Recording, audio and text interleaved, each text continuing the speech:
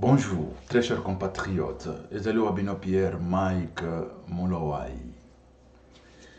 Le loto zoyo lever la situation il y a République démocratique du Congo, Congo Nayo, Congo Nanga, Congo ya besoin soba congolais. Sans tarder to kende na lombango to kende lever la situation il y a liboso ezali, il y a ba lever, il y a ba immunité, il y a Kabila na Sénat et puis si batu ya Kabila ba komi kolela et tout ça. Là, tu vas belango, tu vas analyser ango. Comment il faut Congrès et Sangana ou il faut Sénat et Sangana. Et là, tu vas la situation. Quand on parle du Congrès, on parle des chambres, chambre haute et chambre basse, Tamba Sangani et comme Congrès. Bon, wana tu vas belango, tu vas analyser ango. Bon, là, tu vas la situation, il y a déjà dans l'est de la République démocratique du Congo. Bazo kende na ko traquer Baoutou ou Bakota, un vieux là de 90 ans, comment il peut aller faire la guerre au Rwanda? Un vieux de 70 ans, les autres 60 ans, comment ils vont aller faire la guerre au Rwanda? On les a arrêtés là-bas par je ne sais pas quoi, pour aller les tuer, pour faire je ne sais pas quoi, d'autres massacres au Congo. Et Wana, Togoche Labino, ce sont les gens qui ont souffert ensemble avec des Congolais. C'est vrai que ce sont des Rwandais qui sont venus de l'autre côté, mais ils ont été adoptés par les Congolais. Adoptés. Adoptés Bango, Bafandi, Banana Bango, Babotami na Congo, leurs enfants nés au Congo, ils se sont mariés aux Congolais et tout ça, et aux Congolaises aussi, et tout ça. Vice versa, je dirais. Mais comment se fait-il que les loyaux M23 Zoya pour Abomabatouan Bangoan des Congolais ordinaires, rassemblés comme du bétail, traités comme des criminels, simplement parce qu'on les appelle Hutus. Pas des combattants, pas des rebelles, mais des civils. Et pourtant... Voilà. Les gens comme ça, avec 90 ans, avec 80 ans, avec 70 ans, avec 60 ans, je ne sais pas combien, tout ça. Quand vous regardez ce vieux-là, moi je pense qu'il en a, je ne sais pas si c'est 60 ans, 70 ans déjà, là, 70 ans, 75 ans, ou je ne sais pas combien, ou 80 ans. Mais imaginez-vous, c'est celui-là qui va aller faire la guerre au Rwanda pour faire fuir Kagame. Voilà des gens comme ça. Voilà, je vais vous proposer ça à la fin. Vous allez voir documentaire, et voilà. Donc, la situation, il y a la corruption. La corruption, où tout Mutamba, ministre et la justice, là-dedans, impliqué sur la situation, au moins qui relève, qui est à l'auteur de 39 millions de dollars américains. 39 millions 800 000 de dollars américains. 39 millions. Vous imaginez, ces jeunes-là, nommés, ça ne fait même pas longtemps, il veut être millionnaire là, du coup. Il a pris l'argent. Bon, on nous parle, nous avons vu d'autres médias qui nous parlent, non, ce sont des ondits, ceci, cela, cet argent n'a pas encore été, je ne sais pas, c'est déboursé et tout ça. Mais il y a des gens qui le disent, il y a des images, je veux vous proposer. Il n'a qu'à aller s'opposer, parce que lui, il est ministre de la Justice, il n'a qu'à aller s'opposer avec eux à la justice, que eux puissent brandir leurs preuves, parce qu'ils ont dit qu'ils ont des preuves. Ils sont allés même à Londres, ici, à Londres, pour chercher à savoir l'entreprise qu'on a contractée pour pouvoir construire la prison. On n'a pas encore d'hôpitaux, on n'a pas encore des écoles, on n'a pas d'école, on n'a pas je ne sais pas quoi, mais ce qui est là pour construire, c'est la prison. C'est quoi ça comme histoire? Et c'est ça, Makambo Yangoana. Tous en a école, tozana wanani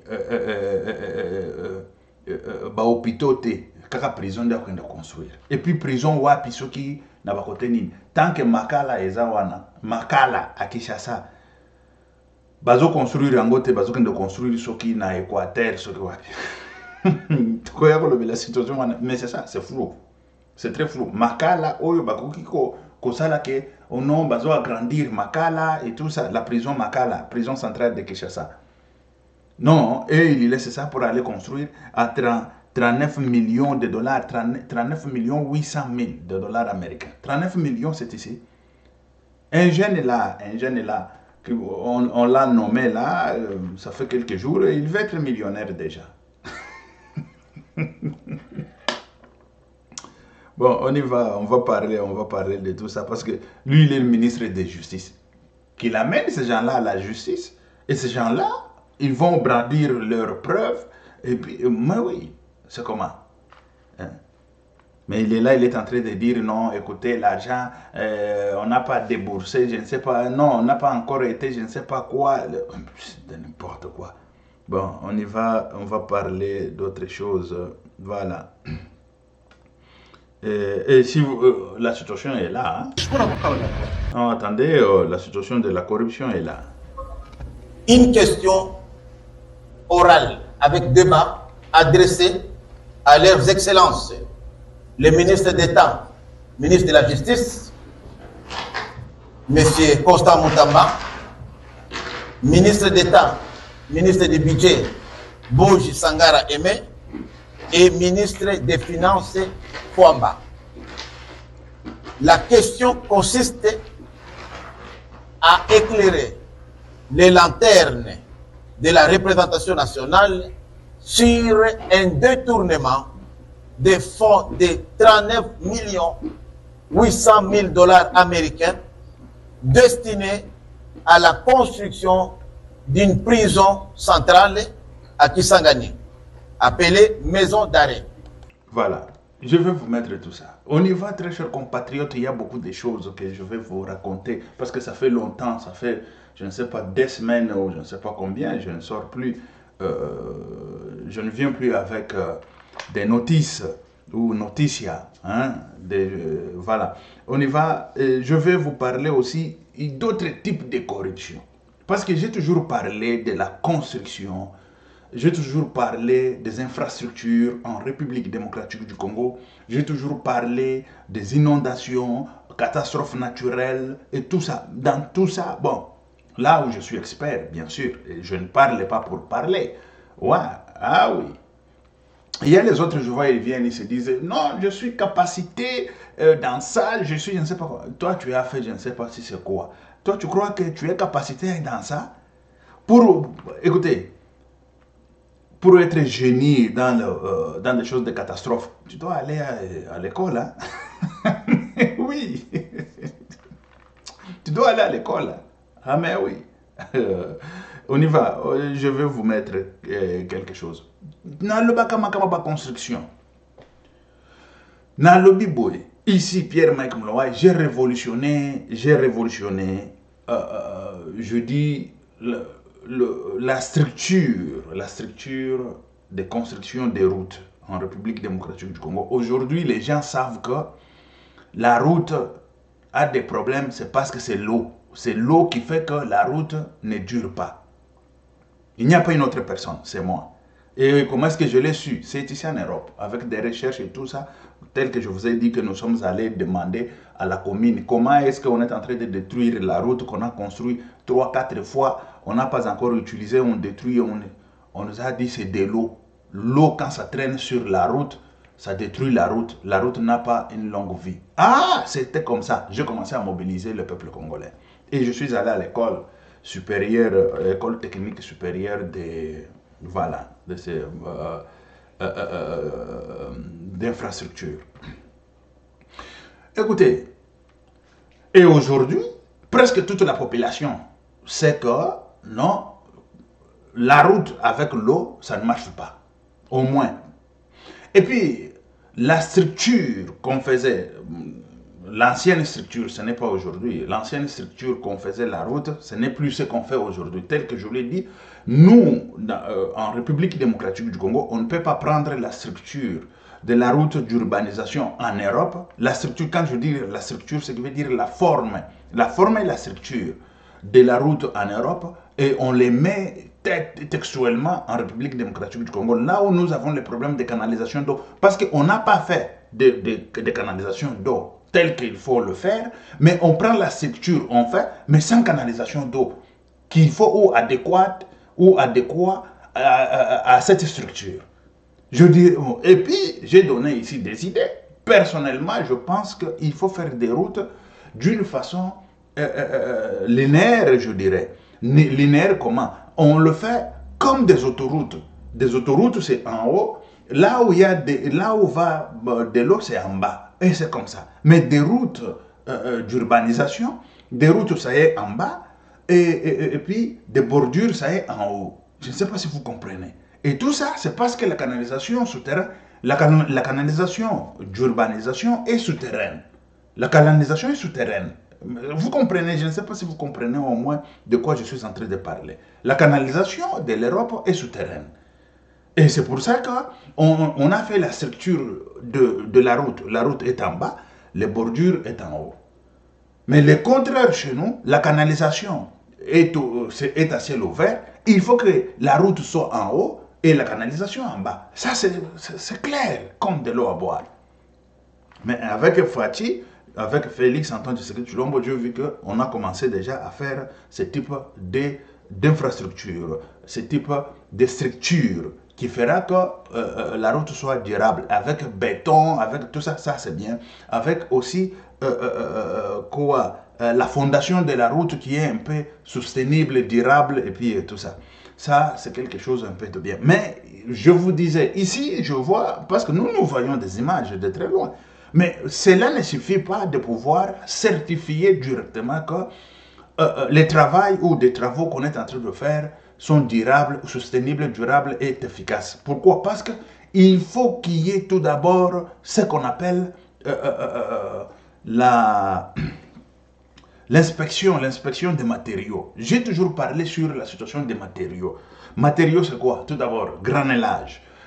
Ça c'est un. Quel type de granulage? Et tout ça, Nassina Lobela Makamaba granulage. Oyo, Basale la Kango, Barout, Nakata République démocratique du Congo, ce ne sont pas de bons granulages parce que moi j'ai déjà fait des expériences, je suis arrivé, tu prends comme ça, Ozoko Mango na tableau, et ça n'est créé. Au Niati, au fini, Ango, et finali, et comme poussière. Ba granulage, Wana Ezakamabe. Bon, Wana, les lois, Nangina Loba Mingite sur l'infrastructure, mais je vais vous montrer au moins des étapes et puis namakamaba corruption ou ezanakataba infrastructure. Ça c'est la première des choses. On a parlé d'infrastructure des structures, on a parlé maintenant des qualités des matériaux, on parle maintenant aussi mélange, banine et tout ça. Je vous ai dit que le mélange, moi je suis loin, je ne peux pas aller voir et comprendre que ça, on a fait de bons mélanges et tout ça. Parce que le mélange, tout d'abord, c'est la quantité et qualité. La quantité, tout d'abord, la quantité de chaque matériel et tout ça, c'est ça qui fait mélange. Ça c'est un.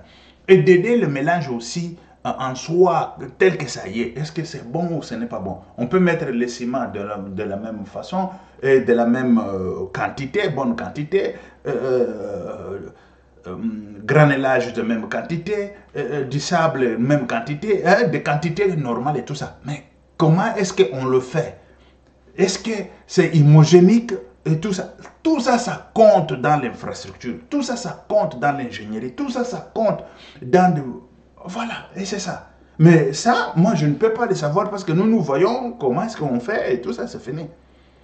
Mais regardez tout d'abord, je vais vous proposer quelque chose en Algérie. Ça, c'est en Algérie. Quand les autorités eux-mêmes, ils vont tout d'abord pour faire l'inspection des travaux parce qu'ils savent de quoi ils ont à faire. Ils savent comment faire des tests. Ils savent, ça c'est bon, ça ce n'est pas bon. Ça. Mais chez nous, on y va, c'est inauguré. C'est fini. On y va, on regarde comme ça, on a fait, c'est fini. Mais ce qu'on a fait là, est-ce que ça y est, c'est efficace? Ça, c'est la première des choses. Est-ce que c'est efficace? De deux, est-ce que c'est soutenable? De trois, est-ce que c'est durable?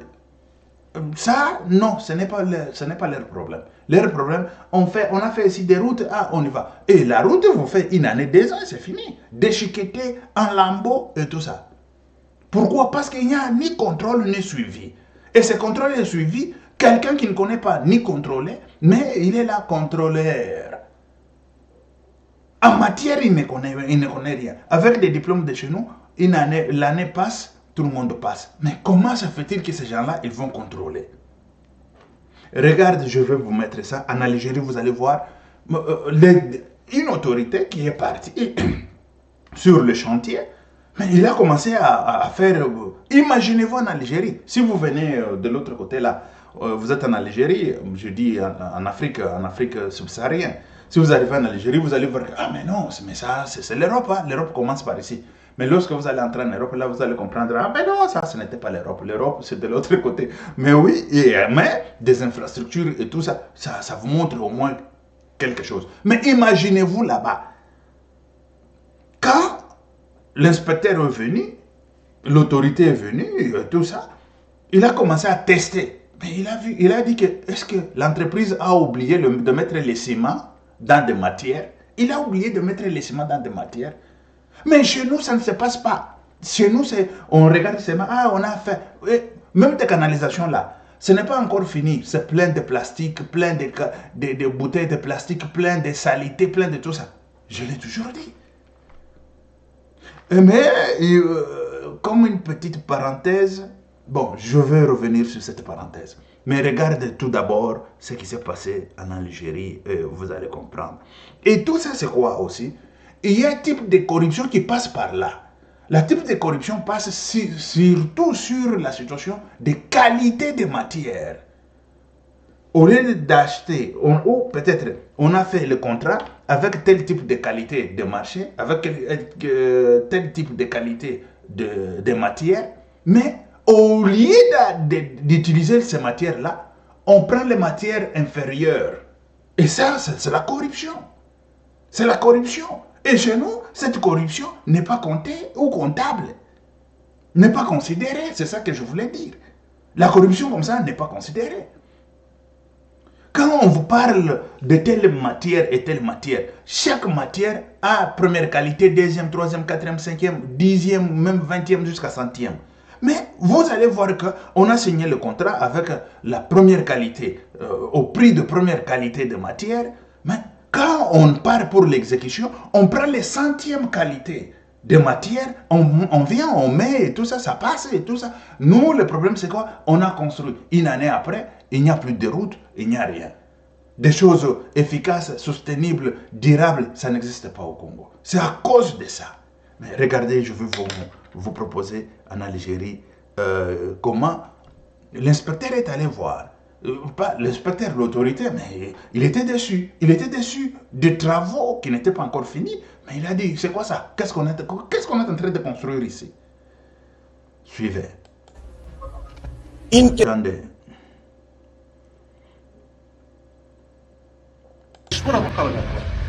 Et c'est ça. Voilà, il est là. Il est allé, voilà, regarde. Regardez, vous avez vu? Il sait comment faire le texte. Il a dit, mais c'est quoi ça? Qu'est-ce qu'on est en train de nous préparer? Ça, c'est quel chantier? Voilà, donnez le marteau. Tant, voilà. Ils ont oublié de mettre du sable. Ils ont oublié de mettre les ciments. C'est le sable et tout fait. Voilà. Voilà comment est-ce que ça sort. Il sait la matière. دونك هذا شوف راه يغش المواطنين، يغش الدوله، يغش احنا، يغش كاميرا. لي زونتربريز مع هذا النوع هذا لازم نجبدوا عليهم حد بالمراقبه الصارمه كالتشهد ولا كان هو راه الجيش. راه هذا الجيش. سير فوق داكشي ما عطيتو درس ما جاش ما مشاش معاك ما تقعدش لنا ريزيلي وعاودوا حتى واحد ثاني. انا اللي غش ما كان. Voilà, les gens qui comprennent arabe, ils comprennent. Mais l'entreprise est allée construire des choses, du sable seulement, sans ciment là-dedans. Ils ont oublié de mettre les ciments ou quoi? C'est ce qu'il a posé littéralement, tel que je suis en train de vous dire, c'est ce qu'il a dit. C'est pour vous dire que la qualité des choses, c'est pas bon. Mais chez nous, vous voyez Cicero, il va inaugurer des choses comme ça, des choses là, tu prends un petit marteau, tu fais pas ça se détruit. Et il ne sait même pas que des choses sont normales, soutenables, durables et puis efficaces. Il ne sait pas. Bon, j'ai toujours dit, j'ai toujours parlé, j'ai toujours dénoncé ici. J'ai toujours dit que les jours où moi on va me nommer, on me nomme aujourd'hui ministre d'infrastructure, je vais commencer déjà à ordonnances, c'est réservé au président de la République. C'est c'est quoi encore? Voilà. Ça m'a fouillé. Ça vient, ça fouille là. Ouais? Ne tenez pas rigueur. Et voilà. Ça vient, ça fouille. Directement, je vais signer. Pourquoi? Parce que il faut que ça là, il durable, sustaible et puis efficace. Par exemple, quand bazo sala brique plein, oyo bazo na sala nango ba canalisation d'eau. Est-ce que ba brique plein wana basi ba meka ngo? Basi ba meka qualité ya nani wana? Basi ba meka ezali zelo ya ngomoko ou ezali brique oyo ezana sima na kati. Basi ba meka que eloko ngo oyo ezali très bien pour ekanga mai ou pour ekanga mai te. C'est ça le grand problème. Nous avons, j'ai toujours dénoncé ça ici. Et puis, moi personnellement, makamba brique wana nazalaka nango bien te, namona kango bien te, namona kango bien te parce que brique, quel que soit banani, je parle pourquoi. Toujours que nous avons un mélange. Quand je vous parle de mélange, mélange à brique, na mélange à béton et que c'est. Et que c'est. Brique est à la brique plein, est à la brique, est à la monnaie à l'olengenine. Mais mélange déjà, ça montre déjà que yangote. C'est ça. Yangote, ça c'est moi. Au maintenant aujourd'hui, je veux réunir ingénieur Union Swan. Je veux leur réunir et je veux leur dire, mais désolé, cette histoire, il y a Kotonga Kabli Susuba, Briki, c'est fini. C'est fini. Et on doit construire une canalisation d'eau telle qu'on l'a fait à Kinsenso. À Kinsenso, c'est ça même, c'est ça. Une canalisation comme ça, ça va vous durer 30 ans. 30 ans, 40 ans. Une canalisation telle qu'on l'a fait. Mais si le mélange aussi était correct et bien, ça va vous durer 30 ans, 40 ans, 50 ans. Il y aura une génération qui va venir. Cette génération ne va pas se préoccuper pour encore arranger des canalisations. Non, non. Au moins pour faire curage. Hein, quand je parle de curage, c'est ce qui veut dire nettoyer canalisation et tout ça. Peut-être arranger d'autres choses et tout ça. Mais oui, ce sont des canalisations comme ça qui sont constituées ou faites pour de l'eau. Même à l'école supérieure, je l'ai étudié, c'est ça. Et recommandé. Par l'école, recommandé. Ce sont de bonnes canalisations comme ça. Mais pourquoi on ne le fait pas? C'est ça ma question à moi. Pourquoi on fait avec des briques gros comme ça, ça prend de place à gauche, à droite et tout ça? Pourquoi? Je me demande, je me suis toujours demandé, je n'ai pas encore eu ni la solution, ni quoi que ce soit, mais chez nous là, ça passe, tout le monde vient, inaugure des choses comme ça, qui ne sont pas durables ni soutenables, qui ne sont pas ni soutenables ni durables, ni, et encore moins efficaces, mais ça passe. Mais non. Ce n'est pas, quand on veut comparer sur la situation, je dirais, sur le plan de l'économie, moi je ne pense pas que le mélange dont je suis en train de parler est plus cher que les briques pleins là, les briques pleins que vous voyez là. C'est grand. C'est grand, tellement grand. Ce n'est pas la grandeur qui fait l'efficacité de matériel. Ce n'est pas la grandeur qui fait l'efficacité de matériel. C'est la concentration des matériels qui fait l'efficacité de quoi? De matériel. Bon, on verra. Et c'est ça la situation. Et sur ces choses, parce que quand on parle de la corruption, la corruption est voilée dans beaucoup de sens, quand je dis beaucoup de sens, Banzele est belé. Banzele est belé. Non, bakote wa nape, okukuta bazole la qu'on appelle corruption. Bakote wa, chez nous au Congo, il faut pendre les gens publiquement. Il faut les pendre publiquement. Ah oui. Pour la corruption, il faut le pendre publiquement. On y va vite sur la situation maintenant de ministre d'infrastructure. Avant d'entrer tout d'abord dans ce sujet, ministre quoi, de la justice. On parle de la corruption et tout ça. Je viendrai là-dessus. On y va tout d'abord sur la situation de Kabila. On parle que Kabila, na Sénat et indi batunaye wo bazolo baloba wana ebele bele. No nani nakochela bino bamsos. Zelana chela bino. Et après tout ekolo parce que Kabila, il n'est pas jugé le fait quand il était président de la République. Ça, c'est clair. Kabila est jugé par le fait actuel. En tant qu'ex-président de la République, un individu tout fait. Parce que, écoutez, si Kabila aujourd'hui commet des forfaits, il ne peut pas être jugé parce qu'il faut prendre, je ne sais pas, le congrès et tout ça. Mais non, on ne peut pas intéresser le congrès.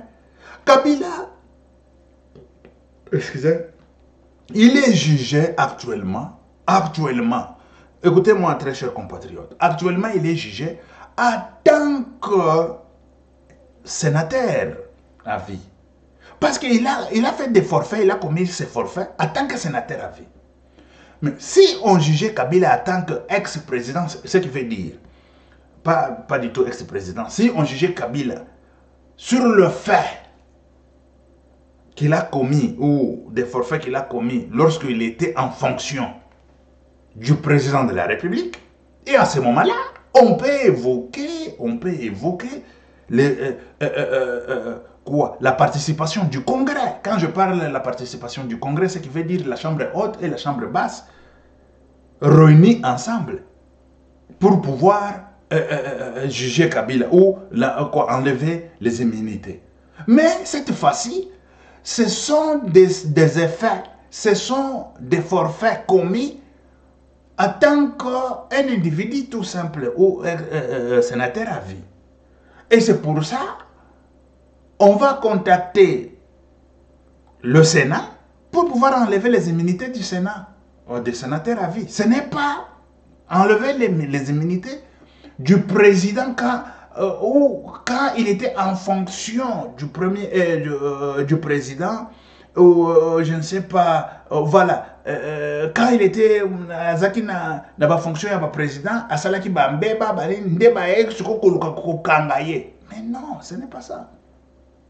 Ce n'est pas ça. Parce que Azalaki, Tanzaki président, Aïbaki Mbong. Là, oui, Bako Congrès Boya, au Sénat, tout le Parlement, chambre haute et chambre basse, Basangani, pour livrer Moutouan. Mais l'individu, il a commis des forfaits en tant qu'un simple individu, en tant qu'un simple sénateur, et c'est fini. C'est au Sénat là où on va enlever quoi? Des immunités. On ne viole rien. On ne viole rien. Ça c'est clair. On ne viole rien. Et ça, le lenguwana, bazo violer le comme côté. Toujours que nous avons bino boyo kabatuna bakomi ko lela lela bato kabila. Ah bato kabila bakomi ko lela lela non ezali na Sénat pona nani et tout ça. Mais non. Ce qui est fait est correct.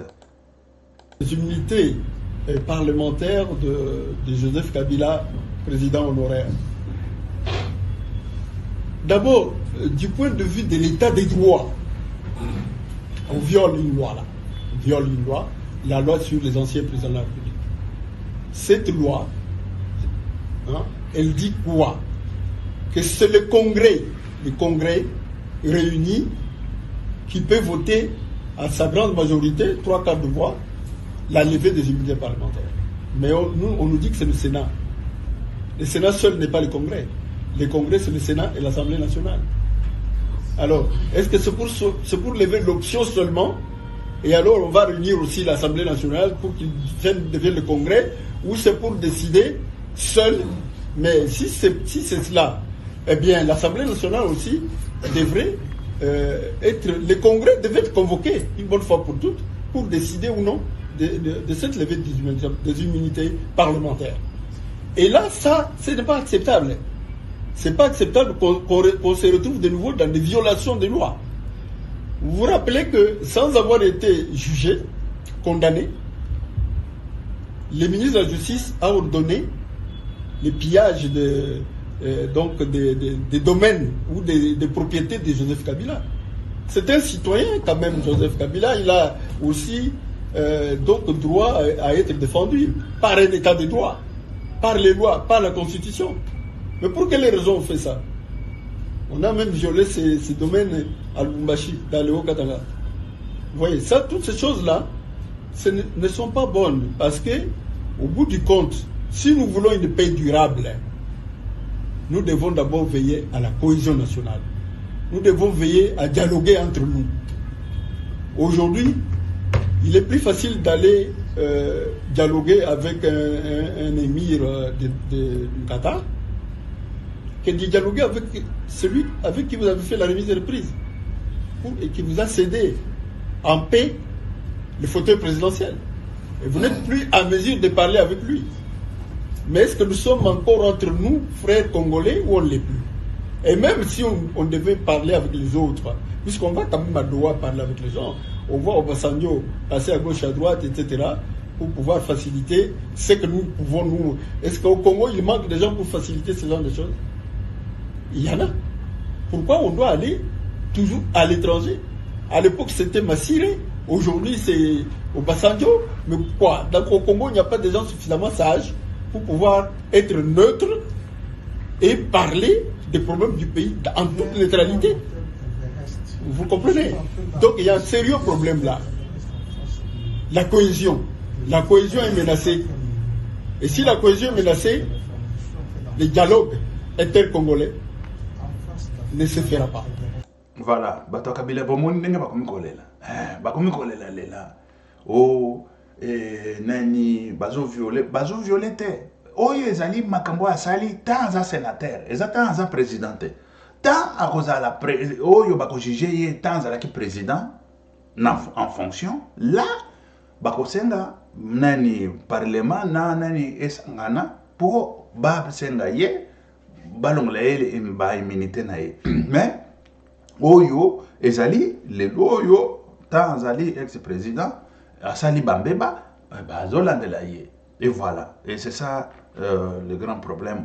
Il faut tout ça la clair, parce qu'on ne va comprendre que violer le côté, c'est toujours comme ça. Il y a d'autres choses que il faut constitution même tu entres sur l'internet constitution de la République démocratique du Congo, totangi yango ezala na ba page net ya ba officiel union sowana tout ça la nani ya constitution ya Tambango bazoloba tokoti la constitution de la République démocratique du Congo et bimi pe totangi de nana meka. Voilà.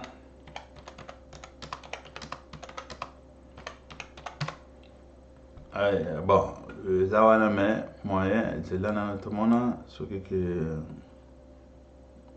yangoyo. Voilà, on en a ici la constitution de la République démocratique du Congo ezali, voilà, comme tout autre pays respectueux. Ici, l'article nyonso ezali, l'article nyonso ezali. Ce que obeti kaka constitution de la RDC ebimi, voilà, ebimi lelo yo mutoko ya kokosa biso azate toko tanga yango nyonso et puis il faut écouter la mémoire to kan to yeba ba situation nyonso yo ezali ndenge nini. Et voilà, ça c'est très bien. C'est ça que je voulais. De façon que la constitution na biso ezala kanango polele babisika nyonso. Voilà.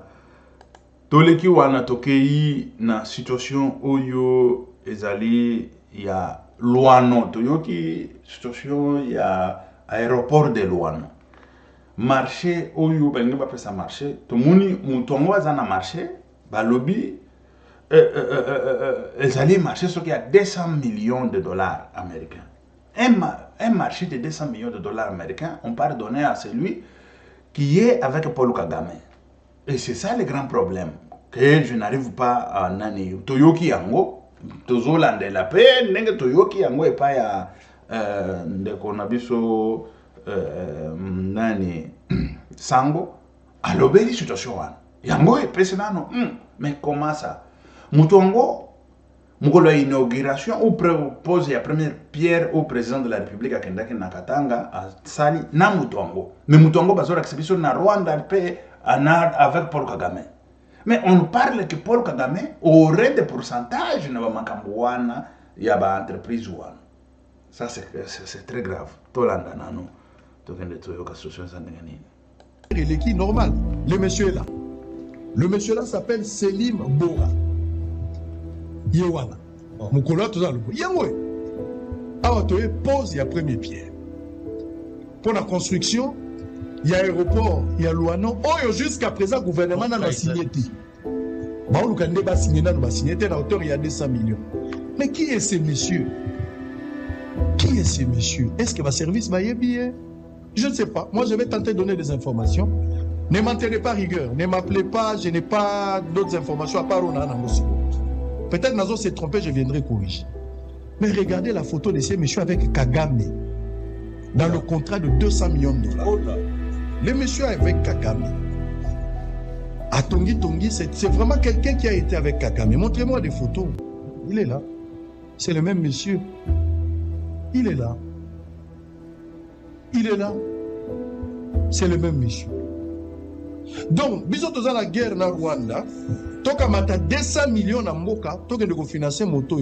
J'aurais appris, semble-t-il, il paraît-il, il semblerait que Kagame a un part dans la société. Donc, on a 200 millions de dollars, toka pour enrichir Kagame. Est-ce que Mboka est informé, tous informé? Nous allons donner 200 millions de dollars dans la société à Souma. Il y a M. Selim Mboka qui est le PCA là-bas. Mais... Voilà. Besoin de la situation. La situation est très grave. Il faut que l'Andelango, c'est-à-dire 200 millions de dollars américains, on ne peut pas donner dans la main d'un individu qui coopère avec Paul Kagame. Parce que Paul Kagame, ce qu'il cherche en République démocratique du Congo, c'est la destruction des Congolais, la destruction des richesses congolaises, mines congolaises, et tout ça. Ça, il faut tirer attention dans cette histoire. Et voilà. Ça, c'est clair comme de l'eau à boire. Toujours que netoti que la bino bokende bomona ndenge batu ya est wana bakangi ba Rwandais ya utu po baboma bango. Bango bakangi bango po babare bango. Bakangi bango bango basalaki génocide kuna. Ce qui basalaki génocide kuna na Rwanda. Ce n'est pas notre problème. Le problème là, c'est le problème des Rwandais. Ce n'est pas notre problème à nous. Ah oui.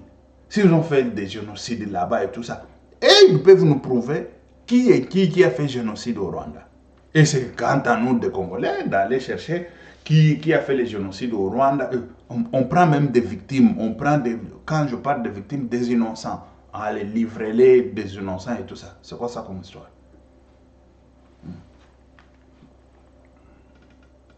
Voilà. C'est ce que nous avons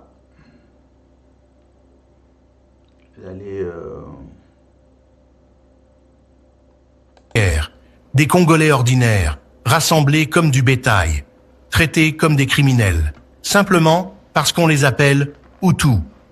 Pas des combattants, pas des rebelles, mais des civils. Et pourtant, ils sont dans le viseur d'une machine de guerre qui ne s'arrête pas. Qui orchestre cette traque? Paul Kagame, le président adulé par certains, craint par d'autres, et son bras armé, la coalition RDF-M23. Ce n'est pas une simple guerre. C'est un plan méthodique. Et aujourd'hui, nous allons révéler ce que le monde refuse de voir.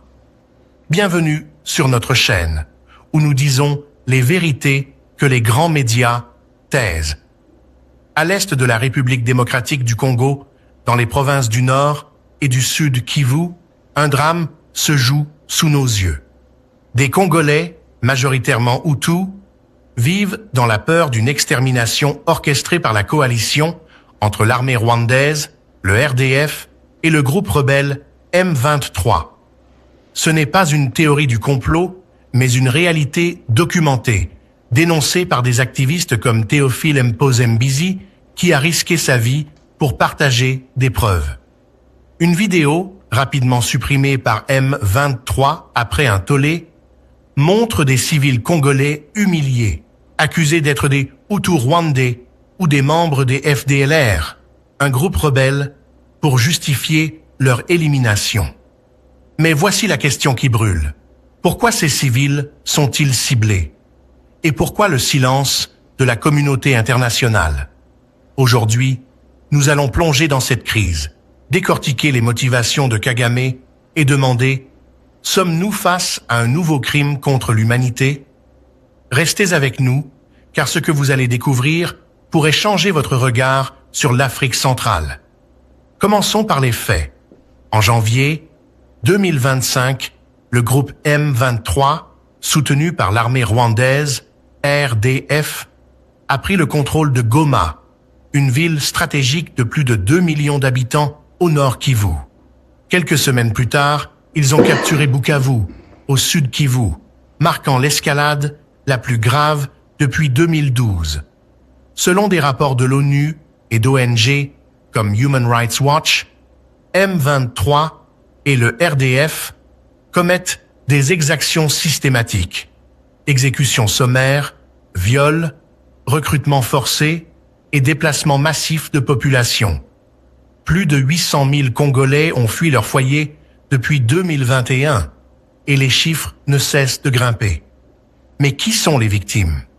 Majoritairement des Hutus congolais, des Bantous et d'autres communautés locales. Une vidéo troublante, partagée par l'activiste rwandais Théophile Mpozembizi sur X, montre des civils congolais rassemblés à Goma par M23. Ces hommes, femmes et enfants, visiblement pauvres et désemparés, sont accusés d'être des Hutus rwandais ou des membres des FDLR, un groupe rebelle formé par d'anciens génocidaires Hutus ayant fui le Rwanda après 1994. Pourtant, aucune preuve ne soutient ces accusations.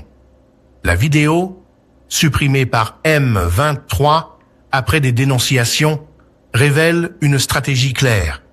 Étiqueter ces Congolais comme ennemis pour justifier leur élimination. Pour comprendre, il faut remonter à l'histoire. En 1994, le génocide rwandais a vu environ 800 000 Tutsis et Hutus modérés massacrés par des milices Hutus extrémistes. Lorsque Paul Kagame et son Front patriotique rwandais, RPF, ont pris le pouvoir, des centaines de milliers de Hutus, craignant des représailles, ont fui vers l'est de la RDC, alors Zaïre. Parmi eux, des civils, mais aussi des membres des FDLR. Depuis, Kagame justifie ses interventions au Congo par la nécessité de neutraliser cette menace. Mais les faits racontent une autre histoire. Dès 1996, l'armée rwandaise a envahi le Congo, détruisant des camps de réfugiés et massacrant des dizaines de milliers de Hutus, selon un rapport de l'ONU de 2010. Ces actes, qualifiés de possibles crimes de génocide, n'ont jamais été jugés. Aujourd'hui, M23, un groupe majoritairement Tutsi créé en 2012, est accusé par l'ONU d'être sous le contrôle de facto du Rwanda. Des rapports récents estiment que 4 000 à 7 000 soldats rwandais opèrent dans l'est du Congo, soutenant M23 avec des armes, des entraînements et même des interventions directes.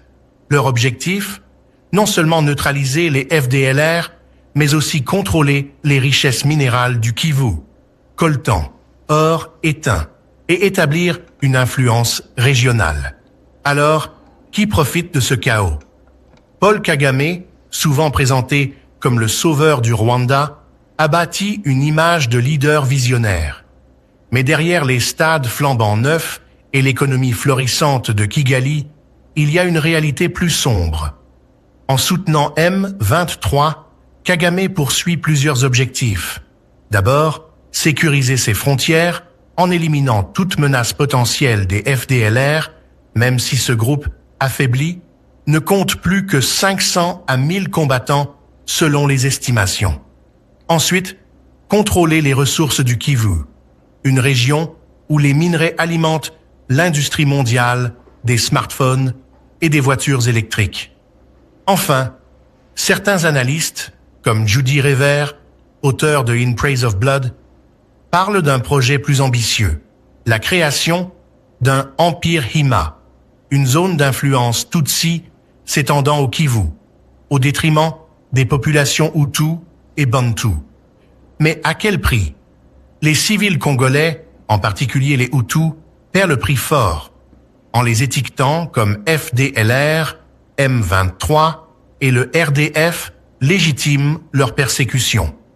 Des témoignages, comme ceux recueillis par Amnesty International, décrivent des viols collectifs, des exécutions dans des villages comme Kishish et des familles chassées de leurs terres.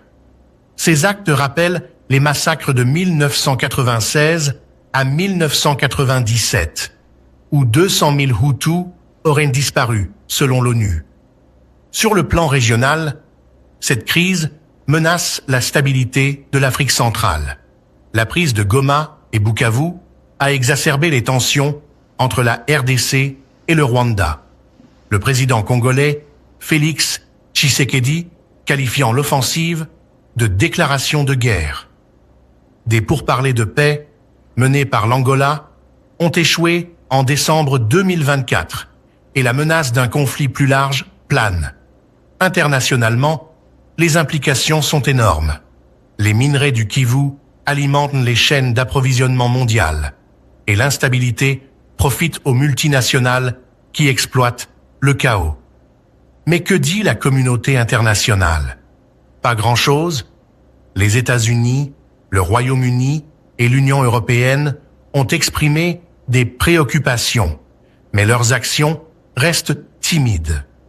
En 2012, les États-Unis avaient suspendu une partie de leur aide militaire au Rwanda après des rapports accablants sur le soutien à M23.